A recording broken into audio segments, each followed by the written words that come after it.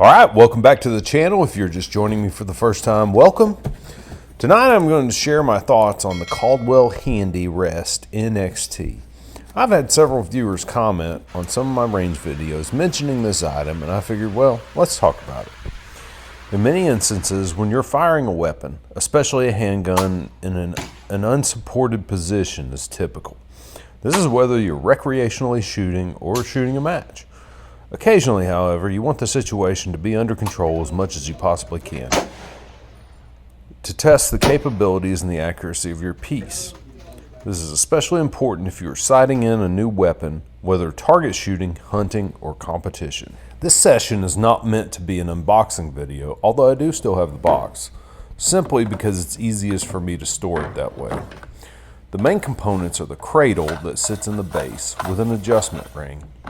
The ring spins onto the cradle, and with a twist one way or the other, you can raise or lower the height to accommodate a particular size weapon or person. The manufacturer claims that there's 6 inches plus or minus in this adjustment available.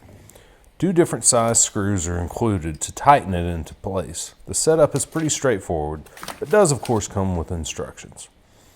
The last component is pretty interesting. The manufacturer calls this the Handy Cape.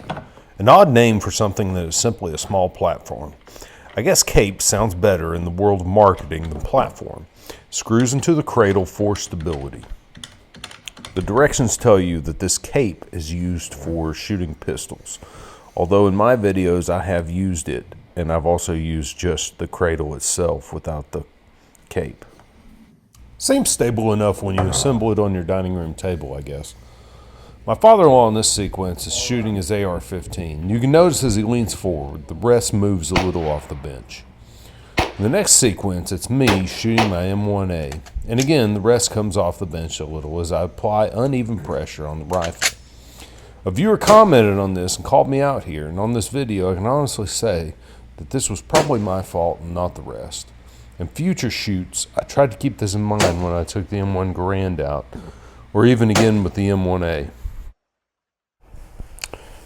The rest was a must-have here because the targets were set at 175 yards and tough to see through iron sights. The next sequence, I was shooting 100 yards with the M1 Garand. Not a necessity for that distance, but I was assessing the performance of the commercial M2 ball ammo the CMP once had in stock. I received a shipment and wanted to document a series on it. The rest does a decent job of stabilizing the rifle while I'm not holding it. For example, loading the chamber, adjusting the sights, or messing with the gas tube. I'm not exactly throwing the rifle down on the bench after the last shot, or doing any major repairs, but with a little care the rifle will do fine to stay where I ask it to. The cradle has a rubberized center to help keep it in place. If you notice in the beginning of the video, as I assembled it, the gray rubber center of the cradle is miscolored. It does attract a lot of carbon residue and gunshot residue from the ammo. The side of the box actually has an image of a rifle braced by sandbags on the buttstock, which obviously aren't included.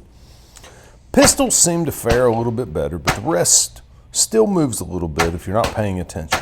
This is a 25 caliber, followed up in the next sequence with a 32 caliber Colt 1903 handles. I suppose getting a rubber pad or a mat to place under the rest might help here. This is the only commercial rest I've ever owned, and in the past I've just used an old ammo can with a towel or a toolbox to steady a rifle.